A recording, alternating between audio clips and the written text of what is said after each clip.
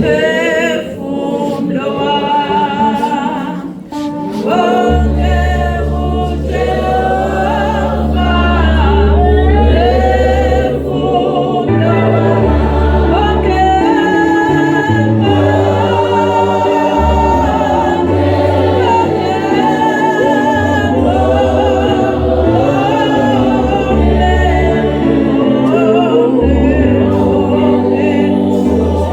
uJehova phefumlo wami uJesu Kristu inkosi. uJesu Kristu inkosi. uJesu Kristu inkosi.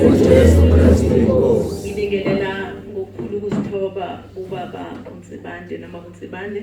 Ngibingelela kubafundisi bonke abakhona, omama, intombi, insizwa, Sunday school.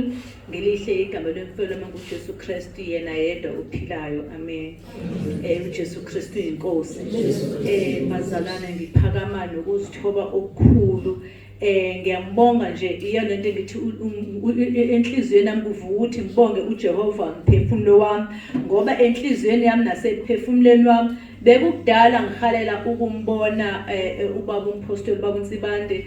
Ngafakwa egroupini omnye umzalwane. Ngimbonga kakhulu uNkulunkulu ngalo mzalwane, ngoba ngasho ngathola imfundiso bazalwane ngumama uMkhize wakhona la eMzimkhulu. Sengikhohle ukuzisho umama uMkhize wakhona la eMzimkhulu osindisiwe, omthandayo uNkulunkulu. Ukumbonga nje okukhulu imfundiso engizitholile esizitholayo usuku nosuku. Nkosi yami, yazi ngithanda leya ndawo uJesu ethi vumelani abantwana beze kimi ngoba umbuso kaNkulunkulu ungowabanjalo. Bazalwane okuhleli kuvuka kumina nje ngihleli ngivuka ukumbonga uNkulunkulu ukwenziwa umntwana.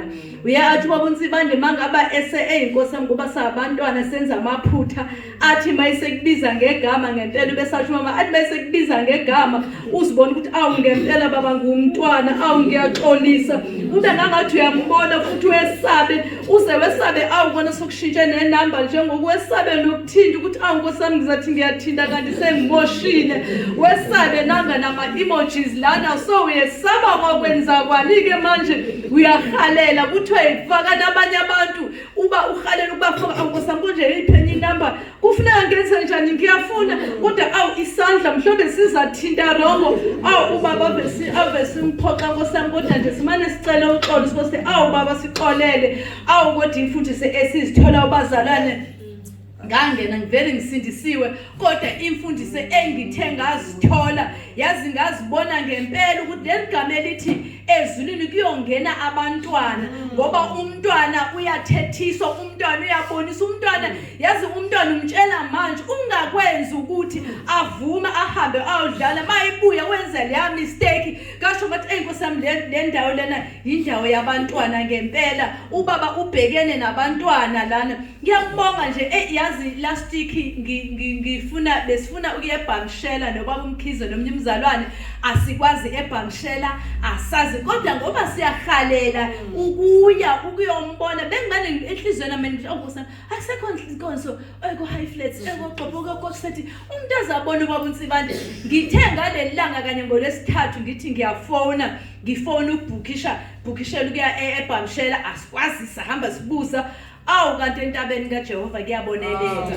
Ngithe mangithi ngisathi hayibo Msimkhulu kwenzakala eMsimkhulu, hayibo eMsimkhulu, hayi ngeke kwangathi angikwazi eMsimkhulu ngaphinda ngabhekisisa kahle hayibo eMsimkhulu baba uNtsibande eMsimkhulu kanjani bekwenzekeni kutheni hayibo ngalelo langa ngeke ngijabula ngeke noma ngiphapha ebusuku ngiyajabula kwenzekeni konje ngitholeni konje ngizweni awu baba uNtsibande usemzimkhulu.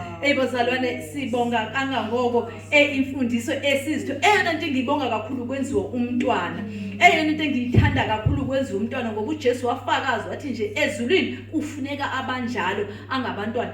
Imfundiso esizithola Nkosi yami zonke insuku futhi sofuna ngazi bangenze konke engikwenzani kwenze nibuye ndiyohlala ngimamele ngenze nibuye ngiyohlala siphinde sihlushane inetwork ubike yandliphi inetwork ngangayithole ngololo langa yophinda nobe kaJanuary nobe kaFebruary phinde futhi ivani bentsha leyo nkonzo yangalelo langa. Ngithi ngoba ngifuna ukulala ngizwile awu siyambonga uNkulunkulu ngathi angasisiza abazalwane shilo umnumzana ukuthi ngathi singathi sikufundisiwe sikwenze naso nje into enhle esenhlizweni ukuthi hey ungathi konke lokho okushiwo singakwenza uJesu Kristu inkosi